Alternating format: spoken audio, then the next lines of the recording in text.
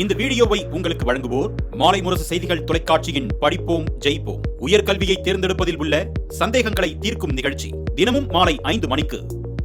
வணக்கம். மாலை முரசு செய்திகள் தொலைக்காட்சியில் 50 முக்கிய செய்திகளை விரைவாகவும் துல்லியமாகவும் அரை மணியில் பார்க்கலாம்.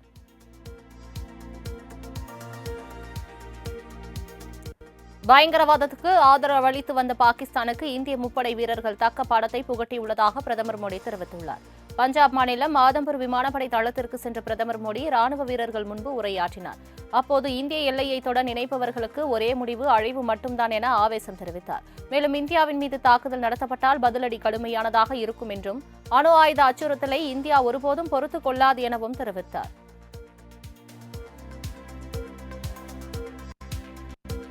பயங்கரவாதத்திற்கு ஆதரவு அளிப்பதை பாகிஸ்தான் நிறுத்தும் வரை சிந்து நதிநீர் ஒப்பந்தம் நிறுத்தம் தொடரும் என மத்திய வெளியுறவுத்துறை செய்தி தொடர்பாளர் ரந்தீர் ஜெய்ஷ்வால் திட்டவட்டமாக தெரிவித்துள்ளார். டெல்லியில் செய்தியாளர்களை சந்தித்து பேசிய அவர், பாகிஸ்தான் துப்பாக்கிச்சூடு நடத்தினால் இந்திய ராணுவம் பதிலடி கொடுக்கும் என்றார். மேலும் ஆபரேஷன் சிந்து தொடர்பாக இந்தியா அமெரிக்கா இடையே நடைபெற்ற கலந்த ஆலோசனையில் ஒருபோதும் வர்த்தகம் குறித்து பேசவில்லை என ட்ரம்ப் கருத்துக்கு மறுப்பு தெரிவித்துள்ளார். தொடர்ந்து பேசிய அவர், காஷ்மீர் தொடர்பான பிரச்சினையில் இந்தியாவும் பாகிஸ்தானும் பேச்சுவார்த்தை மூலம் தீர்வு காண வேண்டும் என வலியுறுத்தினார்.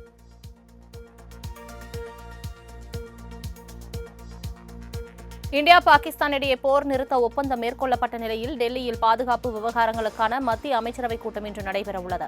ஜம்மு காஷ்மீர் பகல்காம் தாக்குதலை அடுத்து இந்தியா ஆபரேஷன் சிந்து நடவடிக்கை மேற்கொண்டது. இந்நிலையில் இந்தியா பாகிஸ்தான் இடையே போர் நிறுத்த ஒப்பந்தம் மேற்கொள்ளப்பட்ட நிலையில் டெல்லியில் பிரதமர் மோடி தலைமையில் பாதுகாப்பு விவகாரங்களுக்கான மத்திய அமைச்சரவைக் கூட்டம் இன்று காலை 11 மணிக்கு கூடுகிறது. இதில் உள்துறை அமைச்சர் அமித் ஷா, பாதுகாப்புத்துறை அமைச்சர் ராஜ்நாத் சிங், தேசிய பாதுகாப்பு ஆலோசகர் அஜித் தோவல் உள்ளிட்டோர் பங்கேற்கின்றனர். உச்சநீதிமன்ற தலைமை நீதிபதி சஞ்சீவ் கண்ணா நேற்று ஓய்வு பெற்றார். இதனையடுத்து உச்சநீதிமன்றத்தின் 52வது தலைமை நீதிபதியாக PR கவாய் இன்று பதவியேற்க உள்ளார். கடந்த 2024ஆம் ஆண்டு நவம்பர் 11ஆம் தேதி உச்சநீதிமன்றத்தின் 51வது தலைமை நீதிபதியாக பதவியேற்ற சஞ்சீவ் கண்ணாவுக்கு நேற்று கடைசி பணி நாளாக இருந்தது. இதையொட்டி உச்சநீதிமன்றத்தில் சஞ்சீவ் கண்ணா நீதிபதிகள் PR கவாய், சஞ்சய் குமார் ஆகியோர் அடங்கிய சம்பிரதாய அமர்வு கூடியது. இதில் உச்சநீதிமன்ற வழக்கறிஞர் சங்கமும் கூடி தலைமை நீதிபதி சஞ்சீவ் கண்ணாவுக்கு பிரிவு பிரசாரம் வழங்கியது.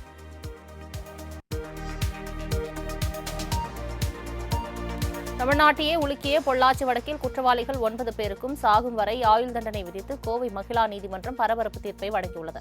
பாதிக்கப்பட்ட பெண்களுக்கு மொத்தமாக 85 லட்சம் நிவாரணம் வழங்க உத்தரவிட்டுள்ளதாகவும், பாதிக்கப்பட்ட பெண்கள் ஒவ்வொருவருக்கும் 10 முதல் 15 லட்சம் வரை நிவாரணம் கிடைக்கும் எனவும் CBI தரப்பு வழக்கறிஞர் தெரிவித்துள்ளார். மேலும் மேல்முறையீடு சென்றாலும் குற்றவாளிகளுக்கு விதிக்கப்பட்ட தண்டனை உறுதி செய்யப்படும் என்றும், வலுவான சாட்சியம் இருப்பதால் மேல்முறையீடு சென்றாலும் தண்டனை உறுதி செய்யப்படும் என திட்டவட்டமாக கூறினார். கோவை பொள்ளாச்சி பாலியல் வன்கொடுமை வழக்கில் அதிமுக குற்றவாளி அடங்கிய கூடாரத்தை காக்க முயற்சித்த சார்கள் மானமிருந்தால் வெட்கி தலை குனியட்டும் என முதலமைச்சர் மு.க.ஸ்டாலின் கடுமையாக விமர்சித்துள்ளார். பொள்ளாச்சியில் கல்லூரி மாணவிகள் மற்றும் பெண்கள் கூட்டு பலாத்காரம் செய்யப்பட்ட வழக்கில் குற்றவாளிகளுக்கு சாகும் வரை ஆயுள் தண்டனை விதிக்கப்பட்டுள்ளது. இந்த தீர்ப்பை வரவேற்று முதல்வர் ஸ்டாலின் தனது எக்ஸ் பக்கத்தில் அதிமுக நிர்வாகி உள்ளிட்ட குற்றவாளிகளால் நிகழ்த்தப்பட்ட பெருங்கொடுமைக்கு நீதி கிடைத்திருப்பதாக தெரிவித்துள்ளார். பொள்ளாச்சி பாலியல் வழக்கு குற்றவாளிகளை கைது செய்தது அதிமுக அரசு எனவும், அதற்கான நீதியே இன்று கிடைத்துள்ளதாகவும் அக்கட்சியின் பொதுச் செயலாளர் எடப்பாடி பழனிசாமி தெரிவித்திருக்கிறார். பொள்ளாச்சி வழக்கு தீர்ப்பில் அதிமுகவை சாடி முதலமைச்சர் பதிவிட்டிருந்த நிலையில் அதற்கு எடப்பாடி பழனிசாமி பதிலடி கொடுத்திருக்கிறார். உங்களைப் போல் திமுக அனுதாபி என்பதால் காப்பாற்ற துடிக்கவில்லை என்றும், நடுநிலையோடு CBI விசாரணைக்கு உத்தரவிட்டதற்கான நீதியே இன்று கிடைத்துள்ளது என EPS குறிப்பிட்டிருக்கிறார். வழக்கம் போல உங்கள் ஸ்டிக்கரை தூக்கிக் கொண்டு வராதீர்கள் என மு.க.ஸ்டாலினை சாடியுள்ளார். பொள்ளாச்சி பாலியல் வழக்கின் தீர்ப்பு வரவேற்கத்தக்கது எனவும், காலதாமதமாக வந்துள்ளது வருத்தம் அளிப்பதாக பாமக தலைவர் அன்புமணி தெரிவித்துள்ளார்.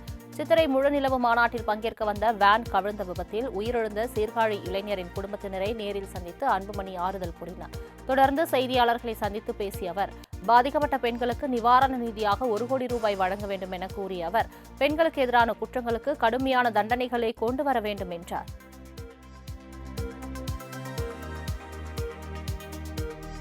பொள்ளாச்சி பாலியல் வழக்கு தீர்ப்பு என்பது கொடுங்காயத்திற்கு இடப்பட்ட மருந்து என VCK தலைவர் திருமாவளவன் தெரிவித்துள்ளார்.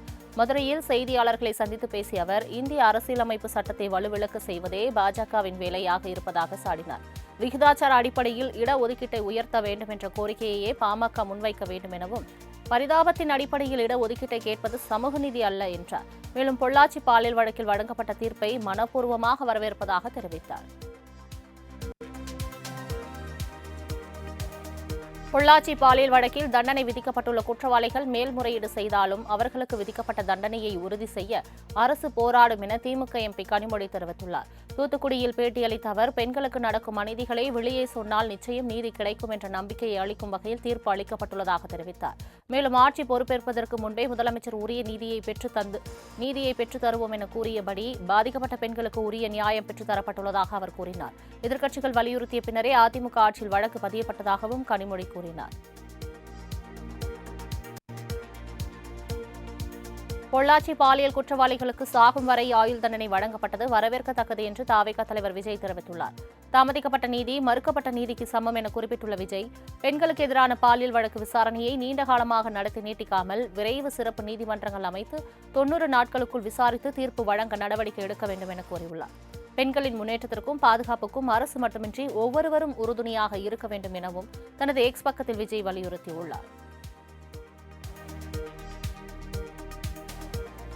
சென்னை திருவொற்றியூரில் நடைபெற்ற வீட்டுமனை பட்டா வழங்கும் நிகழ்ச்சியில் துணை முதலமைச்சர் உதயநிதி பங்கேற்று 1600 பேருக்கு வீட்டுமனை பட்டாக்களை வழங்கினார். தொடர்ந்து நிகழ்ச்சியில் பேசிய அவர், அனல் மின் நிலையத்திற்கு இடம் வழங்கிய குடும்பங்களுக்கு பட்டா வழங்கியதாகவும் வடசென்னை வளர்ச்சி திட்டத்திற்காக மேலும் 1400 பேருக்கு பட்டா வழங்குவதற்கான நடவடிக்கைகளை எடுத்து வருவதாகவும் கூறினார். மேலும் முன்னாள் முதலமைச்சர் கலைஞர் சொல்வதை செய்வோம் என்று கூறுவார், ஆனால் தற்போதைய முதலமைச்சர் சொன்னதையும் செய்வோம் சொல்லாததையும் செய்வோம் என்ற அடிப்படையில் செயல்பட்டு வருவதாக துணை முதலமைச்சர் உதயநிதி ஸ்டாலின் தெரிவித்துள்ளார்.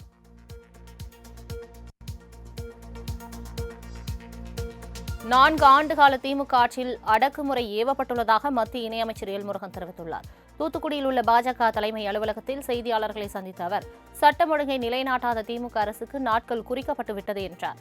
பொள்ளாச்சி பாலியல் வழக்கில் சட்டம் தன் கடமையை ஆற்றியிருப்பதாகவும் குற்றவாளிகள் யாராக இருந்தாலும் கடும் நடவடிக்கை எடுக்கப்பட்டுள்ளதாகவும் கூறினார்.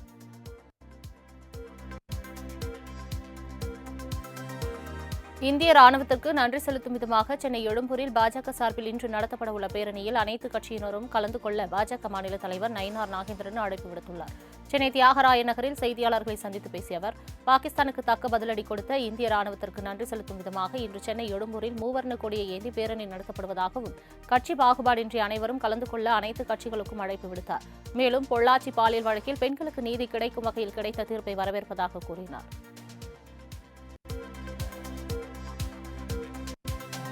2040ஆம் ஆண்டில் மனிதர்களை நிலவுக்கு அனுப்பும் திட்டம் செயல்படுத்தப்படும் என இஸ்ரோ தலைவர் நாராயணன் தெரிவித்துள்ளார். தேனி மாவட்டம் வடபுதுப்பட்டியில் நடைபெற்ற தனியார் கல்லூரி பட்டமளிப்பு விழாவில் நாராயணன் பங்கேற்று பயிற்சி முடித்த ஆசிரியர்களுக்கு பட்டமளித்து கௌரவித்தார். தொடர்ந்து நிகழ்ச்சியில் பேசிய அவர், 2040ஆம் ஆண்டில் மனிதர்களை நிலவுக்கு அனுப்புவதற்கான பணிகள் நடைபெற்று வருவதாகவும் இஸ்ரோவின் 3வது ஏவுதள மையம் ஸ்ரீஹரிகோட்டாவில் அமைக்க உள்ளதாகவும் தெரிவித்தார். மேலும் 2026ஆம் ஆண்டு டிசம்பருக்குள் குலசேகரப்பட்டினத்தில் இருந்து ராக்கெட் ஏவப்படும் எனவும் கூறினார். ஜம்மு காஷ்மீர் மாநிலம் சோபியான் பகுதியில் நடைபெற்ற துப்பாக்கி சண்டையில் 3 பயங்கரவாதிகள் சுட்டுக் கொல்லப்பட்டுள்ளனர். சோபியான் பகுதியில் பாதுகாப்பு படையினர் ரோந்து பணியில் ஈடுபட்டிருந்தபோது பயங்கரவாதிகளின் நடமாட்டம் இருப்பதாக ரகசிய தகவல் கிடைத்தது. இதனையடுத்து குறிப்பிட்ட இடத்தை பாதுகாப்பு படையினர் சுற்றி வளைத்தனர். அப்போது பாதுகாப்பு படையினர் மீது பயங்கரவாதிகள் துப்பாக்கியால் சுட முயற்சித்தனர். இதனையடுத்து பாதுகாப்பு படையினர் நடத்திய பதிலடி தாக்குதலில் பயங்கரவாதிகள் 3 பேர் சுட்டுக் கொல்லப்பட்டுள்ளனர். தொடர்ந்து அப்பகுதியில் பாதுகாப்பு படையினர் தீவிர தேடுதல் வேட்டையில் ஈடுபட்டுள்ளனர். இந்தியா பாகிஸ்தான் மோதல் குறித்து மே 19ஆம் தேதி நாடாளுமன்ற குழுவிடம் வெளியுறவு அமைச்சக செயலாளர் விக்ரம் மிஸ்ரி விளக்கம் அளிக்க உள்ளார். இந்தியா பாகிஸ்தான் இடையே கடந்த 10ஆம் தேதி போர் நிறுத்த அறிவிப்பு வெளியானது. வெளியுறவு அமைச்சகம் செயலாளர் விக்ரம் மிஸ்ரி இது தொடர்பான அறிவிப்பை வெளியிட்டார். இந்த நிலையில் இந்தியா பாகிஸ்தான் இடையே போர் ஏற்பட்டது ஏன், போர் நிறுத்தம் எப்படி ஏற்பட்டது என்பதை குறித்து வரும் 19ஆம் தேதி நாடாளுமன்ற குழுவிடம் விக்ரம் மிஸ்ரி விளக்கம் அளிக்க உள்ளார். இந்திய ராணுவத்தால் கொல்லப்பட்ட லஷ்கர் இ தொய்பா பயங்கரவாதியின் இறுதிச் சடங்கில் பாகிஸ்தான் ராணுவ அதிகாரிகள் கலந்து கொண்ட புகைப்படம் வைரலான நிலையில் அவர் பயங்கரவாதி அல்ல என பாகிஸ்தான் விளக்கம் அளித்துள்ளது. உயிரிழந்த ஹபீஸ் அப்துல் ரவுப் என்பவர் ஒரு சாதாரண மனிதர் எனவும் பாகிஸ்தான் மர்காசி முஸ்லீம் லீக் கட்சியின் உறுப்பினர் எனவும் பாகிஸ்தான் ராணுவ செய்தி தொடர்பாளர் விளக்கம் அளித்துள்ளார். அமெரிக்காவின் பயங்கரவாதிகளின் பட்டியலில் ஹபீஸ் அப்துல் ரவுப் இடம்பெற்றிருப்பது குறிப்பிடத்தக்கது. சிந்தூர் ஆபரேஷன் வெற்றியை கொண்டாடும் விதமாக டெல்லி முதலமைச்சர் ரேகா குப்தா தலைமையில் திரங்கா யாத்திரை நடத்தப்பட்டது. ஜம்மு காஷ்மீரின் சுற்றுலா தலமான பஹல்காமில் பாகிஸ்தான் பயங்கரவாதிகள் நடத்திய தாக்குதலில் 26 பேர் சுட்டுக் கொல்லப்பட்டனர். இதற்கு பதிலடியாக சிந்தூர் என்ற பெயரில் இந்திய ராணுவம் பதிலடி தாக்குதலை நடத்தியது. இதில் பஹல்காம் தாக்குதலுக்கு மூளையாக செயல்பட்டவர்கள் உட்பட 100க்கும் மேற்பட்ட பயங்கரவாதிகள் கொல்லப்பட்டனர். இந்நிலையில் சிந்தூர் ஆபரேஷன் வெற்றியை கொண்டாடும் விதமாக டெல்லியில் முதலமைச்சர் ரேகா குப்தா திரங்கா யாத்திரை மேற்கொண்டார். இந்த யாத்திரையில் அமைச்சர்கள் கபில் மிஸ்ரா, மஞ்சிந்தர் சிங் சிர்சா உள்ளிட்டோர் பங்கேற்றனர். இந்திய ராணுவத்தினரால் செயல்படுத்தப்பட்ட சிந்தூர் ஆபரேஷன் வெற்றிகரமாக முடிக்கப்பட்டதை கொண்டாடும் விதமாக உத்தரப்பிரதேச மாநிலம் குஷி நகரில் பிறந்த பெண் குழந்தைகளுக்கு சிந்தூர் என பெயரிடப்பட்டுள்ளது. பஹல்காம் தாக்குதலுக்கு பதிலடியாக பெண்கள் நெற்றியில் வைக்கும் குங்குமத்தை குறிப்பிடும் விதமாக சிந்தூர் என்ற பெயரில் ஆபரேஷனை இந்திய ராணுவம் செயல்படுத்தியது. இதன் மூலம் 100க்கும் மேற்பட்ட பயங்கரவாதிகள் அழிக்கப்பட்டனர். இந்நிலையில் இதன் வெற்றியை கொண்டாடும் விதமாக உத்தரப்பிரதேச மாநிலம் குஷி நகர் உட்பட பல இடங்களில் புதிதாக பிறந்த பெண் குழந்தைகளுக்கு சிந்தூர் என பெயரிடப்பட்டுள்ளது. பஞ்சாப் மாநிலத்தில் கள்ளச்சாராயம் குடித்து 21 பேர் பலியான சம்பவம் அதிர்ச்சியை ஏற்படுத்தியுள்ளது. அமிர்தசரஸ் மாவட்டம் மஜிதா பகுதியில் இந்த சோக சம்பவம் நிகழ்ந்துள்ளது. கள்ளச்சாராயம் குடித்த மேலும் 6 பேர் மருத்துவமனையில் அனுமதிக்கப்பட்டுள்ள நிலையில் அவர்கள் கவலைக்கிடமாக உள்ளதாக கூறப்படுகிறது. இதனால் பலி எண்ணிக்கை அதிகரிக்கக்கூடும் என அஞ்சப்படுகிறது. கள்ளச்சாராயம் விற்பனை செய்த 4 பேரை போலீசார் கைது செய்து விசாரணை நடத்தி வருகின்றனர்.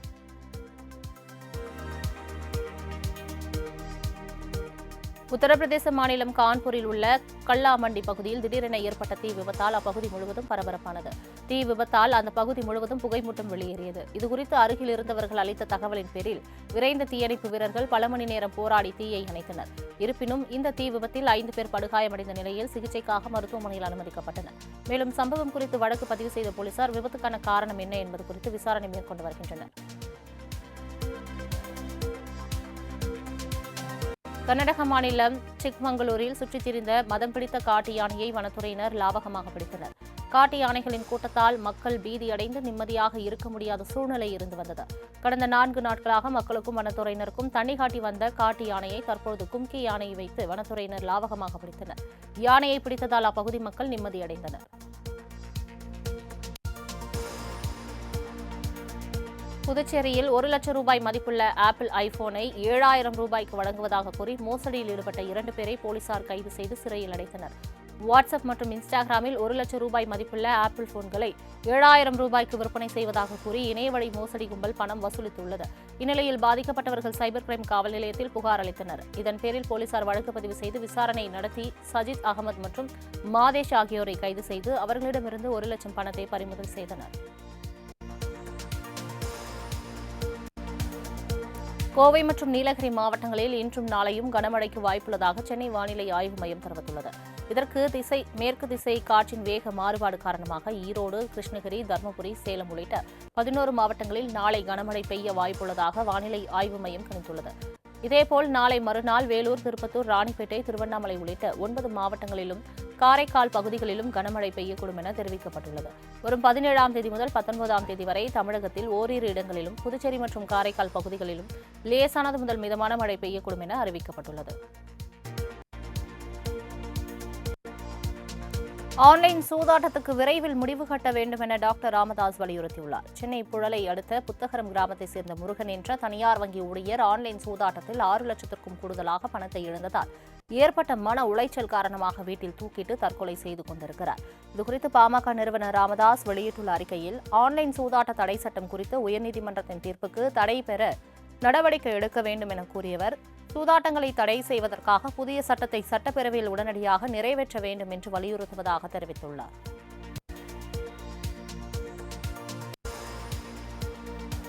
திருநெல்வேலி இருட்டுக்கடை தொடர்பாக மீண்டும் வெளியாகியுள்ள பொது அறிவிப்பால் பரபரப்பு ஏற்பட்டுள்ளது. திருநெல்வேலி இருட்டுக்கடை அல்வா கடையை சொந்தம் கொண்டாடி கடந்த சில நாட்களாகவே அடுத்தடுத்து அறிவிப்புகள் வெளியாகி வந்தவண்ண உள்ளன. அதில் ஆண் வாரிசாக இருக்கக்கூடிய பிரேமானந்த் சிங் வெளியிட்ட அறிவிப்புக்கு எதிராக தற்போது கடையை நடத்தி வரும் கவிதா மற்றும் மறுப்பு அறிவிப்பு வெளியிட்டுள்ளார். சொத்துக்களையும் இருட்டுக்கடை ஸ்தாபனத்தையும் அபகரிக்கும் நோக்கில் உண்மைக்கு புறம்பான அறிவிப்புகளை பிரேமானந்த் சிங் வெளியிட்டிருப்பதாகவும் இருட்டுக்கடை தனக்கே சொந்தமானது என்றும் அவர் கூறியுள்ளார்.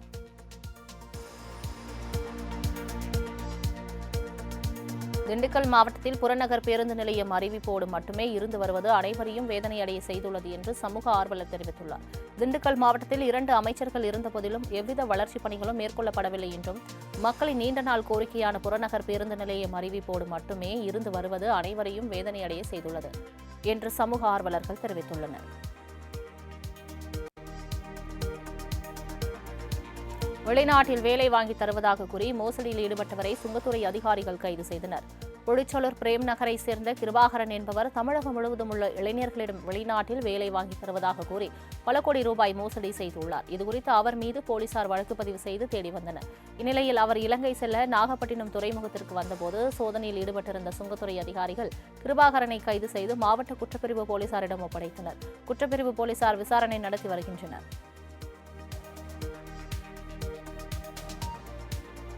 திருவண்ணாமலை மாவட்டம் சித்ரா பௌர்ணமியை முன்னிட்டு லட்சக்கணக்கான பக்தர்கள் கிரிவலம் வந்த கழுகு பார்வை காட்சி பிரமிக்க வைத்துள்ளது. பஞ்சபூத ஸ்தலங்களில் அக்னிஸ்தலமாக விளங்கும் திருவண்ணாமலையில் ஒவ்வொரு மாதம் பௌர்ணமியில் லட்சக்கணக்கான பக்தர்கள் கிரிவலம் வருவது வழக்கம்.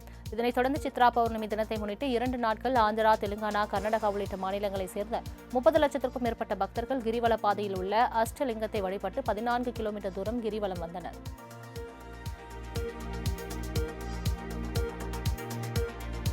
திருவண்ணாமலையில் கிரிவல பாதை மற்றும் மாநகராட்சி முழுவதும் தூய்மை பணிகள் நடைபெற்றது. திருவண்ணாமலையில் சித்ரா பௌர்ணமி கடந்த 11ஆம் தேதி தொடங்கி நடைபெற்று வந்த நிலையில் சுமார் 30 லட்சத்திற்கும் மேற்பட்ட பக்தர்கள் கிரிவலம் மேற்கொண்டனர். சித்ரா பௌர்ணமி நிறைவடைந்ததை அடுத்து கிரிவல பாதையில் கொட்டப்பட்ட குப்பைகளை தூய்மைப்படுத்தும் பணியில் மாநகராட்சி, நகராட்சிகள், பேரூராட்சிகள் மற்றும் ஊரக வளர்ச்சித்துறை சார்பாக 1200 தூய்மை பணியாளர்கள் பணியில் ஈடுபடுத்தப்பட்டுள்ளனர். ஓமலூர் அருகே நாய்களை விஷம் வைத்துக் கொன்ற நபரை போலீசார் கைது செய்தனர். சேலம் மாவட்டம் ஓமலூர் அருகே பனங்காடு பகுதியைச் சேர்ந்தவர் பிரகாஷ். இவர் மது அருந்துவதற்காக சமைத்து வைத்திருந்த கோழிக்கறியை பக்கத்து வீட்டில் இருந்த 3 நாய்கள் தின்றுவிட்டதாக தெரிகிறது. இதனால் ஆத்திரமடைந்த பிரகாஷ் அந்த நாய்களுக்கு விஷம் வைத்து கொலை செய்துள்ளார். இதுகுறித்து நாய்களின் உரிமையாளர் அளித்த புகாரின் பேரில் பிரகாஷை கைது செய்த போலீசார் ஓமலூர் கிளை சிறையில் அடைத்தனர். பெரம்பலூர் அருகே பட்டா மாறுதலுக்கு லஞ்சம் பெற்ற கிராம நிர்வாக அலுவலரை லஞ்ச ஒழிப்பு போலீசார் கைது செய்தனர். பெரியம்பாளையம் கிராமத்தைச் சேர்ந்த கலைமணி என்பவர் கூட்டு பட்டாவில் உள்ள தனது விவசாய நிலத்தினை தனிப்பட்டா மாற்றம் செய்து தரக்கோரி கிராம நிர்வாக அலுவலரை அணுகியுள்ளார். அதற்கு கிராம நிர்வாக அலுவலர் அன்பழகன் 2000 ரூபாய் லஞ்சம் கேட்டதாக தெரிகிறது. இதுகுறித்து புகாரில் மறைந்திருந்த லஞ்ச ஒழிப்பு போலீசார் லஞ்சம் பெற்ற கிராம நிர்வாக அலுவலரை கையும் களவுமாக பிடித்து கைது செய்தனர்.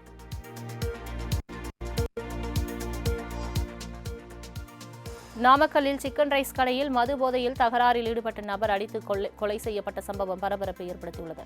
நாமக்கல் காவேட்டிப்பட்டியைச் சேர்ந்த ஸ்ரீதர் என்பவர் போதுப்பட்டி பகுதியில் செயல்பட்டு வரும் சிக்கன் ரைஸ் கடைக்கு மது போதையில் உணவருந்த சென்றுள்ளார். அப்போது தண்ணீர் அருந்தும் டம்ளரில் மது கலந்து குடித்ததை தட்டி கேட்டதால் கடை உரிமையாளர் ஜோதி மலரிடம் தகராறில் ஈடுபட்டதாக தெரிகிறது. அப்போது அவரிடம் வாக்குவாதத்தில் ஈடுபட்ட ஜோதி மலரின் மருமகன் மௌலீஸ்வரன் பீர் பாட்டில் மற்றும் ரைஸ் கிண்டும் கரண்டியை கொண்டு தாக்கியதில் ஸ்ரீதர் உயிரிழந்தார்.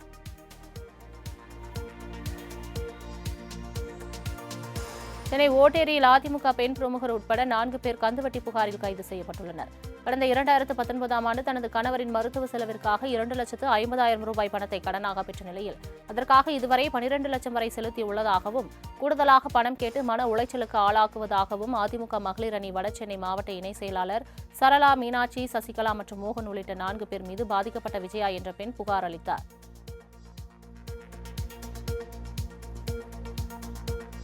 விருதுநகர் மாவட்டம் ராஜபாளையத்திலிருந்து வட மாவட்டங்களுக்கு பண்டிகை காலத்தில் இயக்கப்படும் சிறப்பு பேருந்துகள் இயக்கப்படாததால் அவதியடைந்த பயணிகள் சாலை மறியலில் ஈடுபட்டனர். சித்ரா பௌர்ணமி முன்னிட்டு குலதெய்வ வழிபாட்டிற்காக 1000த்திற்கும் மேற்பட்டோர் சொந்த ஊருக்கு சென்றிருந்தனர். இதனைத் தொடர்ந்து ஊர் திரும்புவதற்காக புதிய பேருந்து நிலையத்திற்கு சென்றபோது சிறப்பு பேருந்துகள் ஏதும் இயக்கப்படாததால் அவதிக்குள்ளாகினர். ஈரோடு அருகே இளைஞர் ஒருவர் மின்சாரம் தாக்கி உயிரிழந்த சிசிடிவி காட்சி வெளியாகியுள்ளது. ஈரோடு பெருந்துறையைச் சேர்ந்த தீபக்குமார் என்பவர் நண்பர்களுடன் விடுமுறையை கழிக்க தாளவாடி மலைப்பகுதியில் அமைந்துள்ள சொகுசு விடுதி ஒன்றில் தங்கியுள்ளார். அப்போது விடுதியின் முன்பு உள்ள ஒரு கம்பியில் ஆடைகளை காய வைத்தபோது மின்சாரம் தாக்கி உயிரிழந்தார். இந்த சம்பவம் குறித்து விசாரணை மேற்கொண்டு வருகின்றனர். கோத்தகிரி மற்றும் சுற்றுவட்டார பகுதிகளில் பெய்த பலத்த மழையின் காரணமாக தேயிலை விவசாயிகள் மகிழ்ச்சியடைந்துள்ளனர். தமிழகத்தின் ஒரு சில மாவட்டங்களில் கனமழை பெய்யும் என்று வானிலை ஆய்வு மையம் அறிவித்திருந்தது. இந்நிலையில் கோத்தகிரி, கட்டபெட்டு, கொடநாடு உள்ளிட்ட பல்வேறு பகுதிகளில் திடீரென பலத்த மழை பெய்ததால் கனமழையால் ஆங்காங்கே மழைநீர் பெருக்கெடுத்து ஓடியதால் இதமான காலநிலை நிலவி வருகிறது. மேட்டுப்பாளையத்தில் பலா மரங்களை காட்டு யானைகள் தேடி வருவதால் மலையடிவார பகுதிகளில் பலாப்பழங்களை விற்க வனத்துறையினர் தடை விதித்துள்ளனர். பலாப்பழ சீசன் காரணமாக மேட்டுப்பாளையத்திலிருந்து உதகை செல்லும் சாலையோரம் உள்ள பலா மரங்களை தேடி காட்டு யானைகள் அதிகளவு வருகின்றன. இதன் காரணமாக அப்பகுதியில் பயணிப்போருக்கு பாதுகாப்பில்லாத சூழல் ஏற்பட்டு வருவதால் சாலையோர பலா மரங்களில் உள்ள பழங்களை உடனடியாக வெட்டி அப்புறப்படுத்த வனத்துறையினருக்கு அறிவுறுத்தப்பட்டு வருகிறது. கரூர் மாவட்டத்தில் செயல்பட்டு வரும் தனியார் பள்ளி வாகனங்களை மாவட்ட ஆட்சியர் தங்கவேலு நேரில் பார்வையிட்டு ஆய்வு செய்தார். பள்ளி மாணவர்களின் பாதுகாப்பு நலன் கருதி கரூரில் உள்ள தனியார் பள்ளி வாகனங்களின் தரம் குறித்து ஆய்வு மேற்கொள்ளப்பட்டது. இதில் 50க்கும் மேற்பட்ட தனியார் பள்ளி வாகனங்கள் அவசரகால வழி மற்றும் முதலுதவி பெட்டி, தீயணைப்பு கருவிகள் போன்றவை இல்லாத காரணத்தினால் மறுபரிசோதனைக்காக நிறுத்தி வைக்கப்பட்டன. தொடர்ந்து சாலை பாதுகாப்பு மற்றும் அவசரகால பாதுகாப்பு நடவடிக்கை குறித்து பேருந்து ஓட்டுநர்களுக்கு ஒத்திகை நிகழ்ச்சி மூலம் விழிப்புணர்வு ஏற்படுத்தப்பட்டது.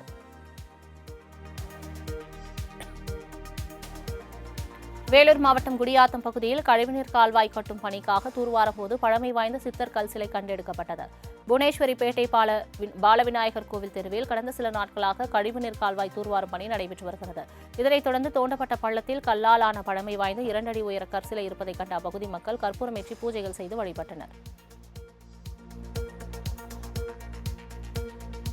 சொத்து பிரச்சனையில் தாய் மற்றும் மனைவியை தாக்கியவர்கள் மீது நடவடிக்கை எடுக்க கோரி ராமநாதபுரத்தைச் சேர்ந்த ராணுவ வீரர் கண்ணீர் மல்க வெளியிட்டுள்ள வீடியோ சமூக வலைதளங்களில் வைரலாகி வருகிறது. முதுகுளத்தூர் தாலுகாவுக்கு உட்பட்ட ஏனாதி கிராமத்தைச் சேர்ந்த ராணுவ வீரர் முரளிச்செகன் வெளியிட்டுள்ள வீடியோவில் நிலப்பிரச்சனையில் பெரியப்பா ராமச்சந்திரன் அவரது மகன்களுடன் சேர்ந்து தனது தாய் மற்றும் மனைவியை தாக்கியதாக குற்றம் சாட்டியுள்ளார்.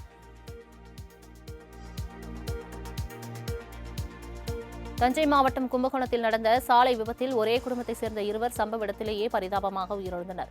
பட்டுக்கோட்டை திரௌபதி அம்மன் கோவில் தெருவை சேர்ந்த சதீஷ்குமார் என்பவர் விழுப்புரத்தில் உள்ள உறவினர் வீட்டிற்கு குடும்பத்துடன் காரில் சென்றுவிட்டு மீண்டும் சொந்த ஊருக்கு திரும்பியுள்ளார். கும்பகோணம் புறவழி சாலையில் வந்தபோது சாலையின் தடுப்பு சுவற்றில் மோதி கார் விபத்துக்குள்ளானது. இதில் சதீஷ்குமார் மனைவி சத்யா, மகன் ஸ்ரீராம் ஆகியோர் சம்பவ இடத்திலேயே உயிரிழந்தனர். தென்காசி மாவட்டம் சங்கரன் கோவிலில் பணி அனுபவ சான்றிதழ் வழங்க 60,000 ரூபாய் லஞ்சம் கேட்ட கல்வி அலுவலக கண்காணிப்பாளரை லஞ்ச ஒழிப்புத்துறையினர் கைது செய்தனர்.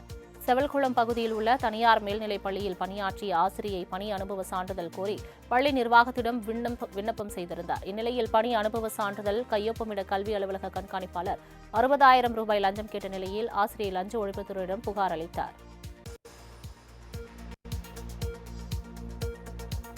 மதுரை கள்ளழகர் சித்திரை திருவிழாவின் சிகர நிகழ்வான மண்டுக முனிவருக்கு சாப விமோசனம் அளிக்கும் நிகழ்வு விமர்சையாக நடைபெற்றது.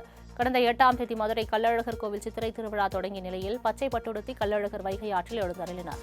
இதனையடுத்து மண்டுக முனிவரின் உருவ மண் சிலைக்கு நம்மாழ்வார் திருமொழி பாடல் பாடப்பட்டு சாப விமோசனம் வழங்கும் பூஜை நடத்தப்பட்டது. சவுதி பட்டத்து இளவரசரான முகமது பின் சல்மானை அமெரிக்க அதிபர் டிரம்ப் சந்தித்து ஆலோசனை நடத்தினார். 4 நாள் பயணமாக மத்திய கிழக்கு நாடுகளுக்கு சென்றுள்ள டிரம்ப் முதல் நாடாக சவுதி அரேபியாவுக்கு சென்றுள்ளார். அங்கு சவுதி பட்டத்து இளவரசர் முகமது பின் சல்மானுடன் பல்வேறு விவகாரங்கள் குறித்து ஆலோசனை நடத்தினார்.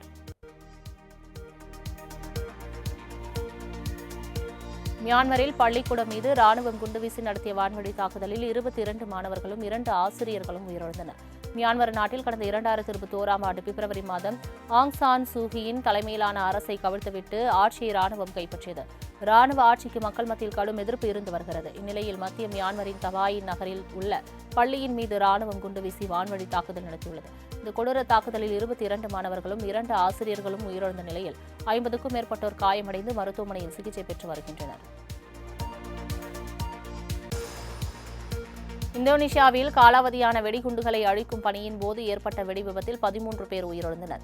மேற்கு ஜாவா மாகாணத்தில் கருத் மாவட்டத்தில் காலாவதியான வெடிகுண்டுகளை அழிக்கும் பணியில் வீரர்கள் ஈடுபட்டிருந்தனர்.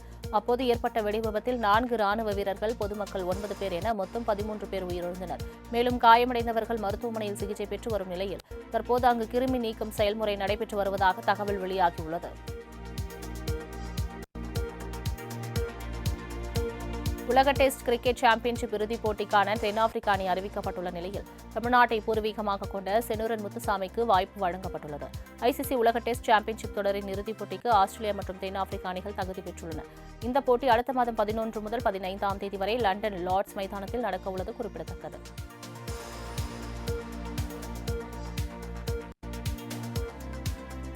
இத்தாலி ஓபன் டென்னிஸ் தொடரில் இத்தாலி வீராங்கனை ஜாஸ்மின் பாலினி அரையிறுதிக்கு முன்னேறி அசத்தியுள்ளார். பல முன்னணி வீராங்கனைகள் பங்கேற்றுள்ள இத்தாலி ஓபன் டென்னிஸ் தொடர் ரோம் நகரில் நடைபெற்று வருகிறது. இதில் நடைபெற்ற பெண்கள் ஒற்றையர் பிரிவில் காலிறுதி ஆட்டத்தில் இத்தாலி வீராங்கனை ஜாஸ்மின் பாலினி ரஷ்ய வீராங்கனை டயானா ஷைனருடன் மோதினார். பரபரப்பான இந்த ஆட்டத்தில் சிறப்பாக விளையாடிய ஜாஸ்மின் பாலினி 6-7, 6-4, 6-2 என்ற கணக்கில் வெற்றி பெற்று அரையிறுதிக்கு முன்னேறி அசத்தியுள்ளார்.